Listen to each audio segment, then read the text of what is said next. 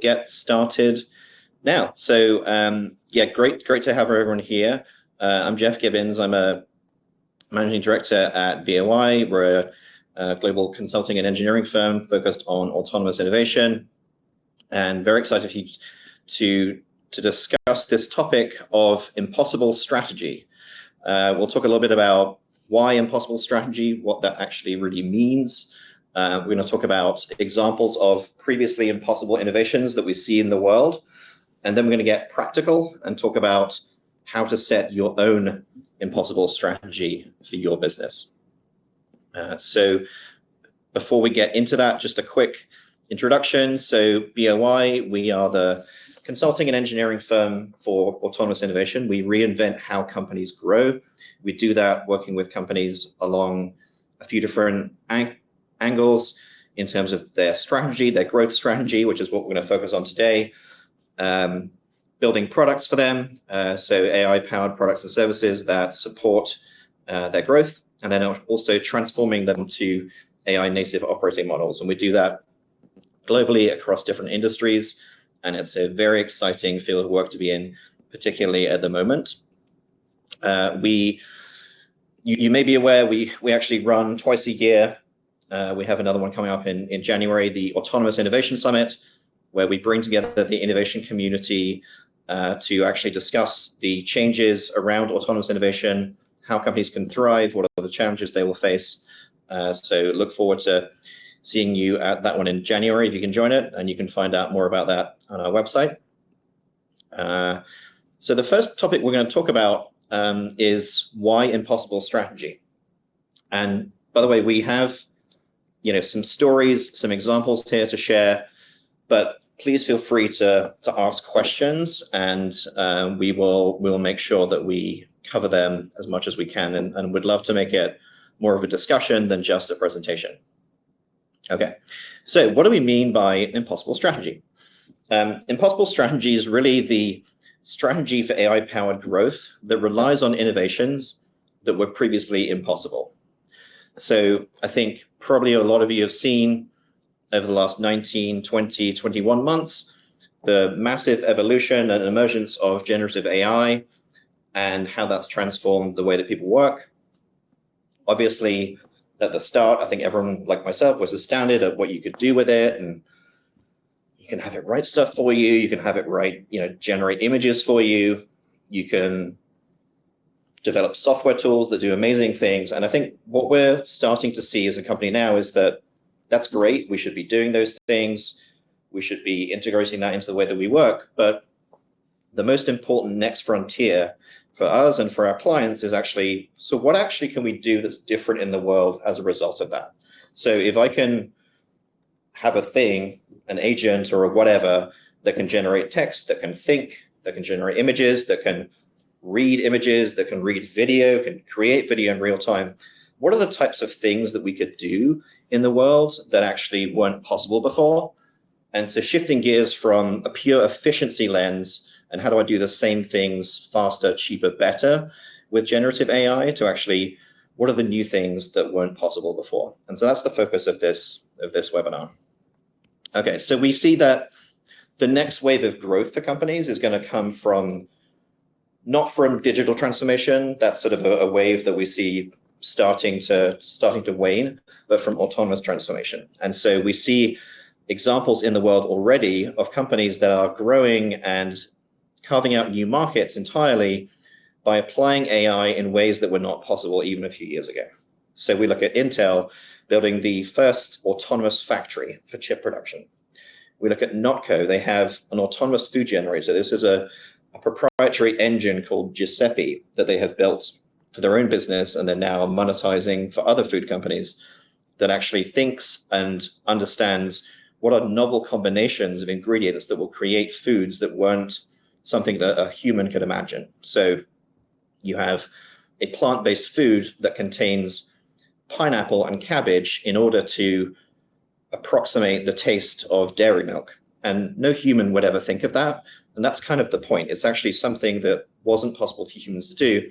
And they've now developed a proprietary engine that works in the background, thinking about all the different permutations and options of how do you create the best plant-based milk And now they're building a business around how can they do that for lots of other food companies as an engine that they then monetize. And the last example is Shein. So they actually have been one of the leaders in what we call autonomous fashion. So they have an automated model that is continually launching and testing and validating and scaling up, starting from 1,000 product launches a day.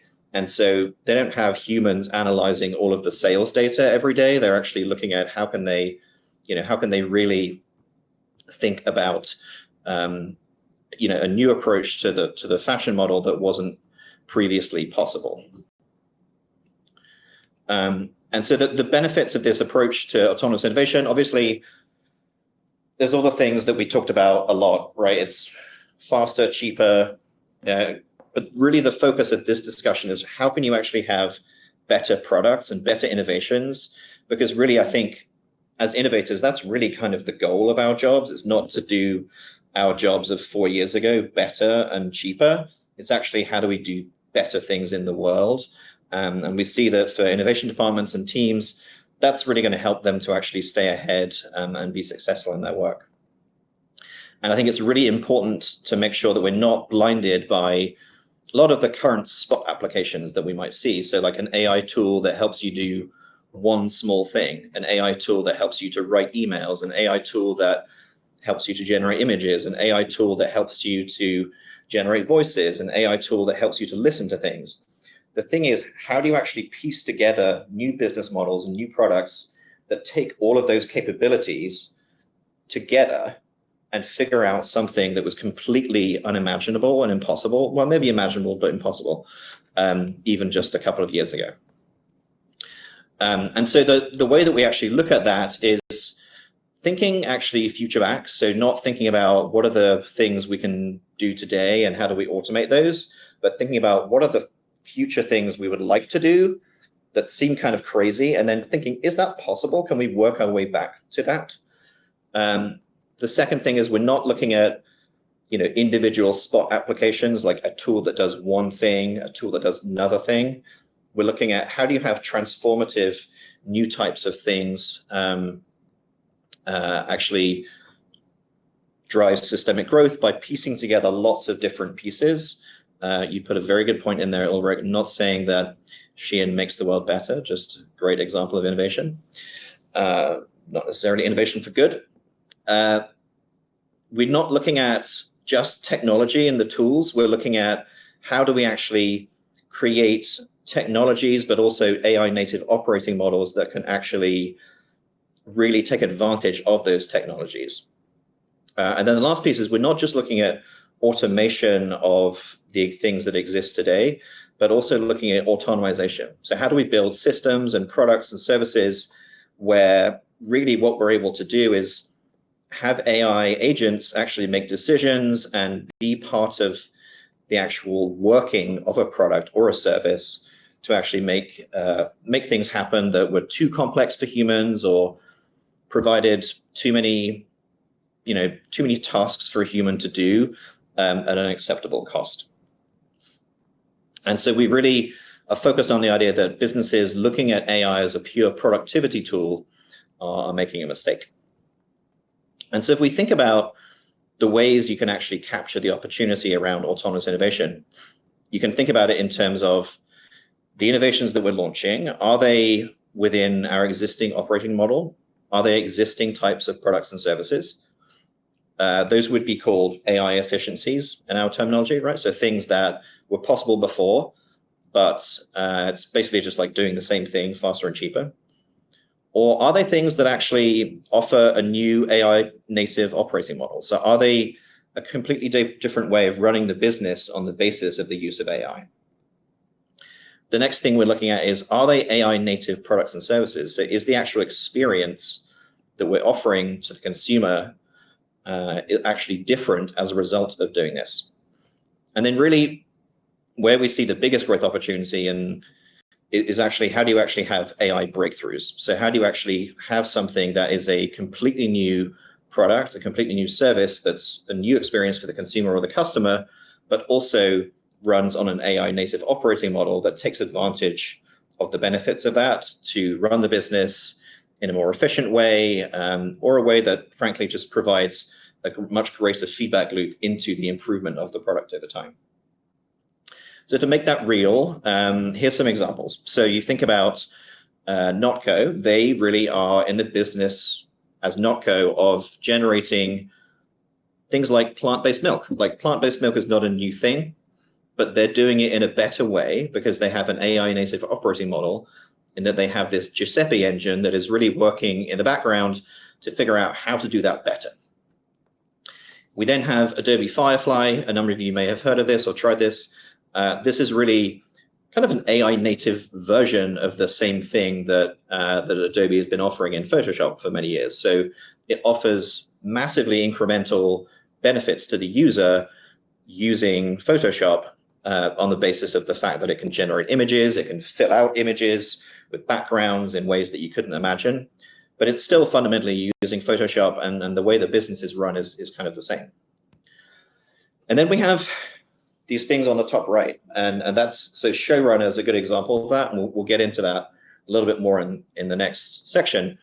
But really, it's actually looking at a completely new type of product and service. So it's a product and service that enables me to create, like me individually, to create a TV show or a TV series. That wasn't possible before, but also a completely native, AI native operating model to run that in the background in terms of how they buy content, how they actually enable teams to run differently, and the business model that enables it. And so what we're thinking about a lot with our clients these days is this blue stuff, right? What is the previously impossible stuff that they couldn't have done a couple of years ago, where they're actually able to do those things now? And that's where we see the biggest growth opportunities over the next few years, rather than just automating the existing processes or improving slightly the existing innovations that they're already doing. So maybe to get into some more examples specifically. First one, yes, so showrunners was one we talked about. So this uses generative AI to actually allow viewers to make their own TV episodes. It's a bit crazy. Obviously, teams and individuals can use it as well. You can select everything from the characters you want, the storylines, and previously that was the kind of thing that needed like an entire team and a whole set of equipment and all this kind of stuff. So still in early stages, but definitely a business that was completely impossible 2 years ago. Notco, as I've mentioned, so they're using the engine to generate formulations that a human would never imagine. Some other examples that are very interesting and unintuitive. So materials companies have actually struggled to really implement circular reuse models. So imagine you're looking at how do you develop a business around reusable concrete, right? So concrete, if you get it back from an old building or any situation, it's very variable in terms of the composition of it and the quality. And so what that meant is if you're going to create reused concrete by kind of processing the old concrete and adding some new stuff, it was very difficult to do that because the quality was so inconsistent. And so you had to actually use a very large amount of virgin concrete to make sure that it was quality enough. And because it was too difficult for individual people to actually figure out the right formulation for every single batch, it's just too expensive. And what we're seeing now is that AI is actually enabling those companies to actually create new formulations every time. So they can analyze the quality of everything that's coming in real time, and then understand exactly how much virgin material to use. So they're able to reduce the amount of virgin material they're using. So the concrete is actually more reused and actually also available at lower cost. Something that was previously impossible just because of the complexity of those calculations and the fact that it wouldn't actually make any sense to do that as a business every single time. Duolingo, a number of you might have heard of this. This is a business that's been around for a long time. They're actually now looking at how do they use generative AI to change and evolve the way that they do this. So they're looking at using generative AI to create personalized learning experiences adapted to the individual person. So you actually get real-time feedback, you get customized practice. So rather than, like, Jeff, you're trying to learn Portuguese, here's the 5 or 6 things you need to do first. It will say, Jeff, we've analyzed how much Portuguese you know and where you have gaps, and here are the 5 or 6 things that are right for you. So it dynamically adjusts to the strengths and weaknesses, and that provides a level of tailoring in their offering that was previously impossible. And then the last example, talk about this is actually sort of a widely used example because it's so fascinating and shows the benefit of the complexity management of generative AI. So AI can actually now design millions of potential drug molecules and then predict their properties and optimize them for safety and efficacy. So at Vanderbilt and McMaster University, they've actually been using AI to identify new treatments for bacterial infections that were previously impossible to find by traditional methods. So traditionally, you would have a design of what the bacteria looks like, and you'd have a model of that. And then you'd have humans trying to figure out, how can I construct a protein that would go around that, or a molecule of some sort. And that's a really complex process, and it's hard to get it right. AI is actually now able to work continuously in the background, not only to generate the designs, but also predict how well they're going to work and make tweaks to them. And so all of that process, it's basically enabling the researchers there to do something that would have taken years in weeks or months, just because of the entirely exponential range of options that are able to be considered. So I'll take a pause here. I see a question from Jennifer. So how do you see autonomous, good to see you, Jennifer, by the way. How do you see autonomous innovation supporting the process of identifying, selecting, and refining business model development? I'd say there's a few things I could think of. One would actually be, how do you think about it in terms of the pure selection? So imagine you've got like 5 new ideas for a different business model. I would see that one thing you could do would actually be to create different agents that represent different parts of that business and simulate how they might work. So for example, let's say you had a business that had 3 different types of customers and 4 different types of employees and different suppliers. You could actually simulate out which of those had potential in terms of, was there a value proposition for each of the different people, and actually have the agents kind of figure out if there was potential, but then also actually design, for example, pricing models that actually would make everyone happy, for example, by working together to solve challenges. We've been working with another company looking at how can they improve construction processes, and what we've been talking about is actually developing agents that represent different roles in the construction process and basically setting them tasks and saying, okay, we want to do this stage of the process in 50% of the time. Could you please work together to ideate and solve this issue? And so you can actually see how you could have the agents work together. Trying to see if there's any other questions. It's incredibly, and a question from Niz, I think, who is in London, I believe. It's incredibly challenging to urge long-standing legacy enterprises to innovate their business model, do something new. What's your take on how to address this? Wow. Yeah, I mean, that's a whole webinar in itself. I think the main thing I've seen, and I think in the last sort of 18, 19 months, I would say, is because we've been having a lot of conversations with companies around, how do you address this big, disruptive, exciting, but terrifying thing that is AI? I think the main thing we've seen to work is 2 things. One is to find somebody who really cares about it in their career and work with them because they see it as something that they want to advance with. And then the second thing is to do something simple with them that they can take to others in their organization and say, look, this works. This would be valuable for us. Who wants to join me on this? And can you fund this? I'd say those 2 things have been successful. And I think if you don't have the right person, and if you don't have something that's of value that you can do quickly and cheaply, I think it's a lot harder. So I don't know if that's a full answer, but that's at least one thing that I've seen. Yeah, and I think, yeah, it comes to people. And I think one thing we see a lot recently is that there are people in corporations who are sort of putting their hands up and saying, I want to be a leader in this new world of autonomous innovation. I see this as something I'm interested in. I see this as like a part of my career platform. And we find that often those are the people that we end up working with first, actually.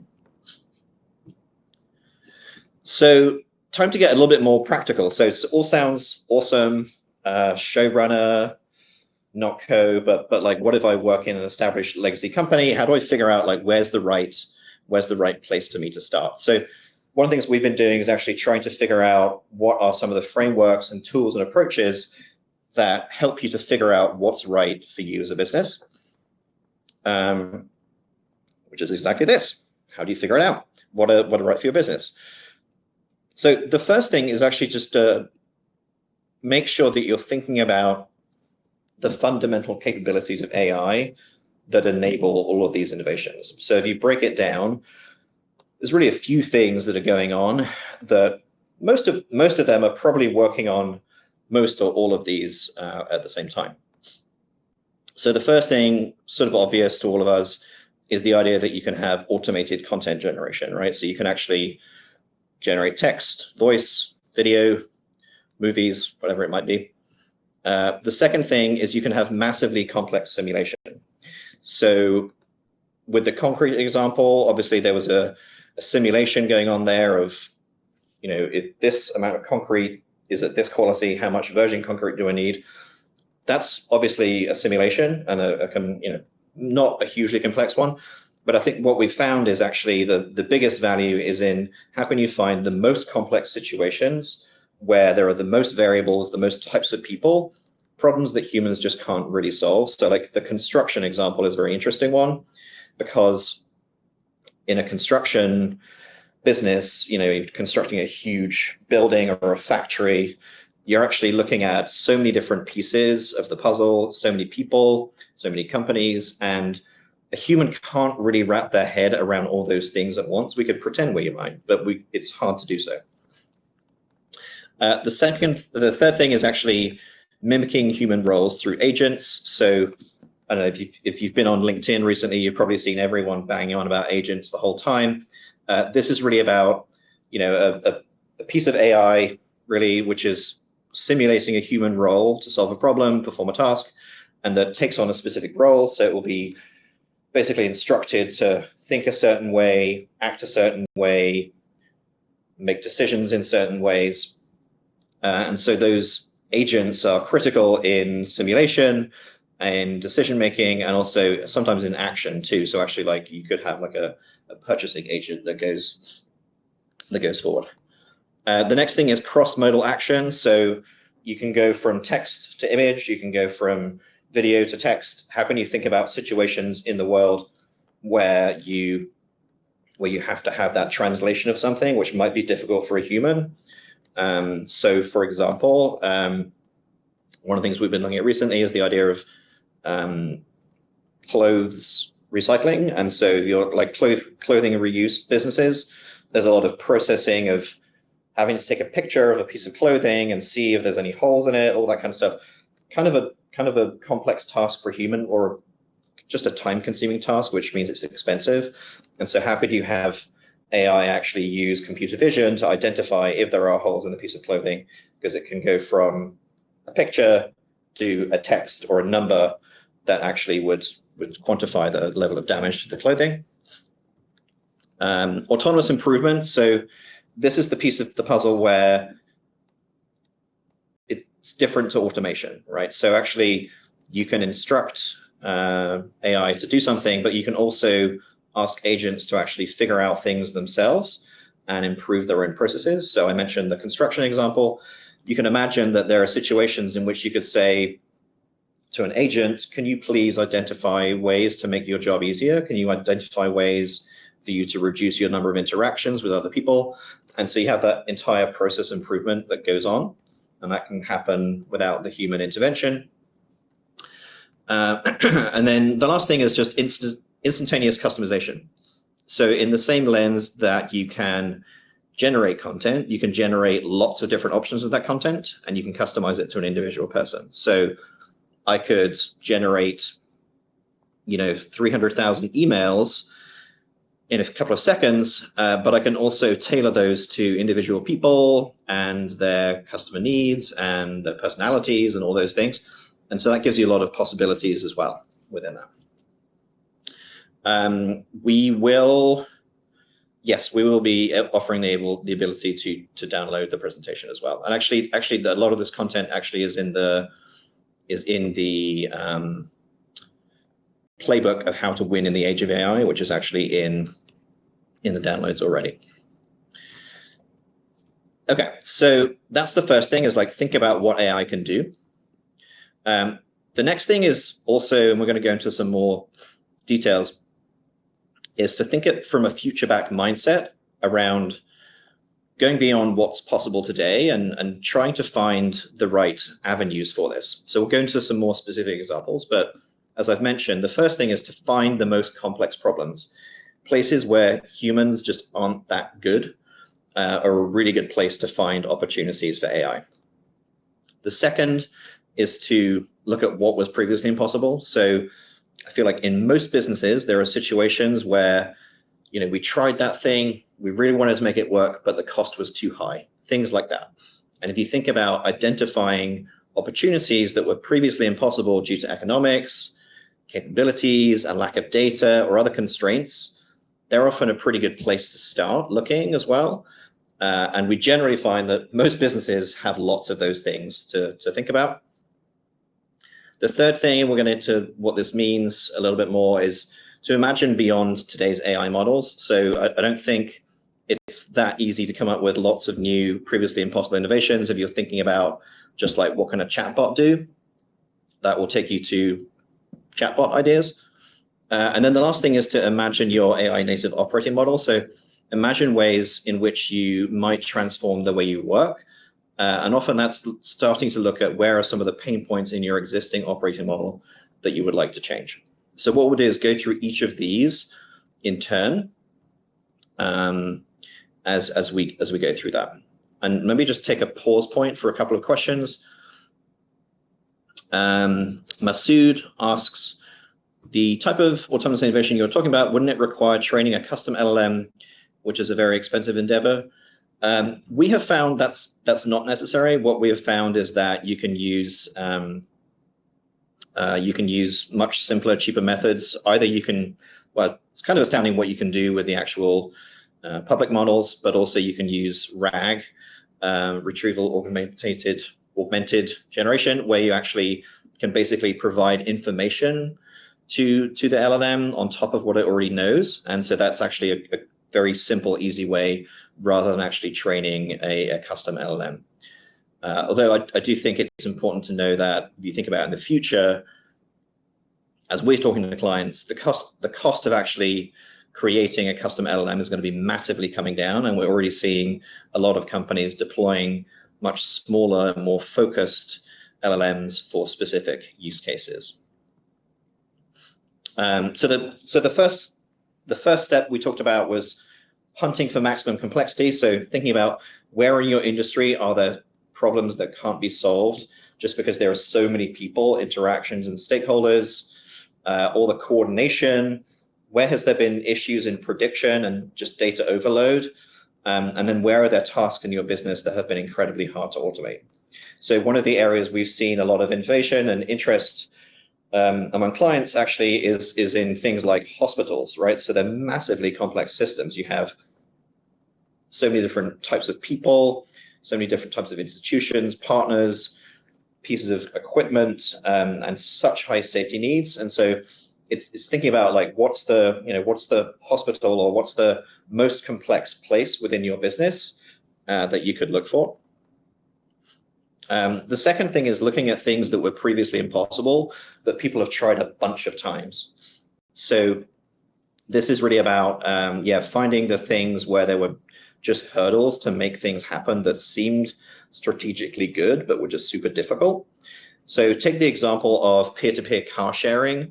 There have been a bunch of companies that have tried this over the years, and none of them have really managed to make the economics work, right? There's all sorts of issues in terms of how do you verify people? How do you know if there have been damages?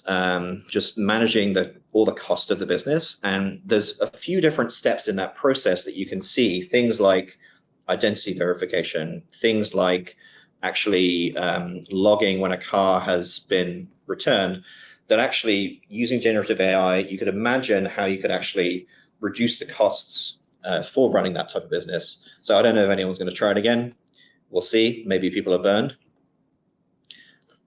The next thing is actually imagining beyond today's AI capabilities. So obviously we all know it's pretty astounding what can be done by some of the latest AI tools, and I feel like every week something comes out that's new. There's some kind of new model, some kind of new capability, and there's all sorts of stuff coming down the pipeline.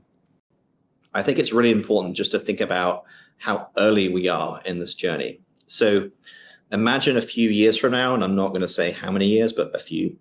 You could have models that would actually have 3D and spatial awareness, so they'd be able to understand what's going on around them in a room, in a factory, in a stadium. So imagine what could you do if that was possible. The second thing is, people always say, oh, well, AI can't really think and understand emotions like people. I think actually a lot of the research is showing that it's getting much better and better. And actually, a lot of people actually aren't that emotionally intelligent too. So I think it's worth keeping in mind. But a lot of the research shows that in the future, AI actually will be emotionally intelligent, maybe more so than humans, who knows? And will be able to understand sentiments, and will be able to convey sentiments itself too. Robotics is a huge topic. So obviously, a lot of what we're looking at in generative AI today is really operating in what we'd call like the knowledge realm, right? So it's text, it's videos, it's image, it's, generate a PowerPoint, all these kinds of things. It's just like digital stuff, but in a software realm. The next wave we see is actually that generative AI will be shifting into the physical realm from the knowledge realm, so getting into manual work, but also day-to-day tasks. So this is a Google DeepMind robot here, which is learning to tie shoelaces, something that was previously impossible and is actually quite astounding if you think about the complexity of that task. It's the type of thing that people always said robots wouldn't be able to do, and now they're doing it. And then the last thing is just thinking about everything through an autonomous lens. And this is actually quite simple in a way. So if you think about the idea of like a smart home device, I would always be talking to it, right? I would say, Alexa or Siri, can you do this? Can you do that? I think the mindset shift really is that we need to start thinking about basically what happens if they talk to you, right? What happens if they're instructing you? What happens if they're prompting you? And reframing your role from being a user to a participant in a system, right? So maybe I'm going to get home and Alexa's going to say, hey, Jeff, you haven't taken your shoes off. You're making a mess. Whatever it might be, thinking about ways in which agents are actually thinking and acting on behalf of you, hopefully, but actually instructing you rather than you instructing them. And so it kind of turns on its head the idea of everyone needs to be a prompt engineer because maybe they're going to be prompt engineering you in the future. And then the last one is thinking about imagining your AI native operating model. So I think often this comes down to, once you have an innovation in mind, what's the best way to operate that, and how can you, what impact does that mean on the roles you need and the ways of working and how humans work with agents and all that kind of stuff. But if you think about this as a tool for ideation, often it starts with, where are the biggest opportunities to save time and money, and what are the most tedious tasks that no one actually enjoys doing, but actually have to happen. So if you think about the the world of museum archivists, archives in museums. I was talking to a friend recently who works for a museum, and a lot of museums have had a lot of issues recently with staff stealing stuff, because a lot of the stuff is actually not cataloged properly, it's not secured. And the reason for that is because nobody wants to do that work. Like, nobody actually wants to catalog these things. It's super boring, and a lot of the people who work in the archives, they're kind of not interested in doing rote manual work, and they're not willing to pay people to do that. So it's things like that. If you could imagine how you could actually automate or semi-automate some of that process, that would actually be a good way of figuring out some ways into what an AI native operating model will be. So I'll take a pause here for questions. So Jennifer had a question around, what are your go-tos for tools or platforms for creating these various agents? Yeah, great question. I think it can be quite a wide variety. It's quite easy. I mean, depending on the exact boundaries of how you call an agent, you can do everything from building a GPT in ChatGPT, though they can't really interact with one another. There's a very good platform called AutoGen, and then often also just working in like in custom development too. So I think there's a few different levels of complexity that you can think about using whatever LLM is your sort of go-to within your business. Caroline has a question, what kinds of AI capabilities have you encountered within the SaaS industry and are worth mentioning? I mean, this is an interesting example of where I think we're seeing more of the custom LLM development, actually. So there's a bit of a shift we've started to see in terms of companies developing very small custom LLMs for very specific tasks. That might be customer management, for example. So if you think about using OpenAI to do your sort of customer response management, when it's really just doing very focused tasks that need very specific data, it's kind of like using the hugest object in the world to try and like squash a fly, right? You're actually using something that's so enormous and so general purpose to do a very small specific thing. And so one of the things we've started to see in SaaS is actually the development of very small LLMs that are very focused and much cheaper to train and also to use and faster, that are specifically focused on things like customer management, responding to requests as well, because those things are quite predictable. Joanna has a question. How do you work with your client to identify opportunities in the capabilities and offerings matrix, and what role do you play? We'll get into that a little bit at the end.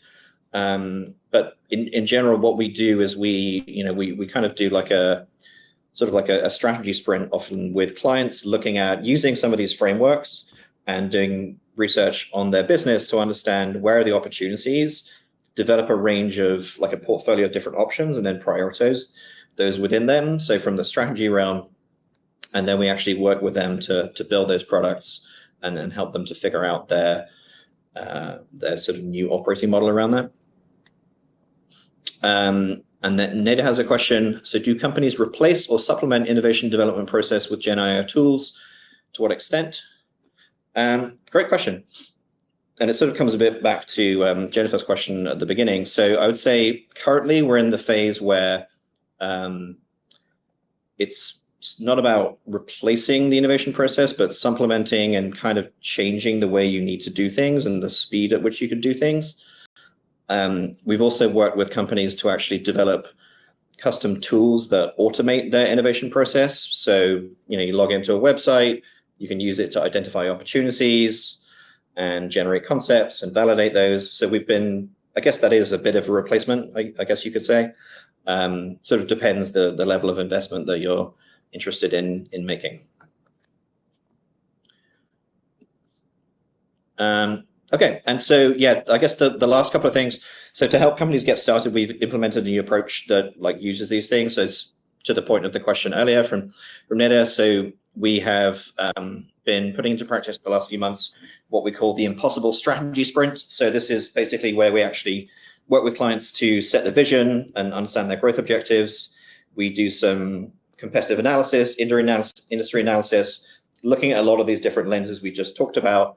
We actually work with some of the experts from our Autonomous Innovation Summit to bring in outside perspective, and then work through some of the steps that we just talked about to actually identify, what are some of the revenue growth opportunities. First of all, to actually figure out ways to optimize your existing revenue, identify new adjacencies, but then also actually figure out what are those sort of previously impossible innovations that you can launch, and then figure out what's the kind of blueprint for the organizational changes that you actually need to make in order to capitalize on the value of those.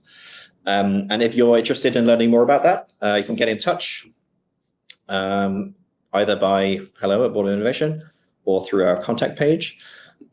We found these sprints to be very valuable, obviously. Well, obviously, I would say that, but in actually helping companies to figure out both the efficiencies in so the optimizations of their existing revenue, but also the new things that were previously impossible. And that was everything that we had prepared. I guess want to see if there's any more questions from the group.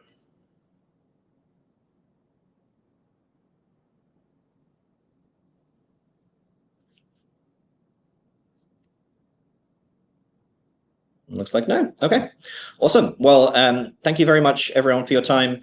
There is a deck you can download in the documents section, which is your playbook to win in the age of AI, which has a lot of this content. And thank you very much, and hope you all have a great day. Thank you.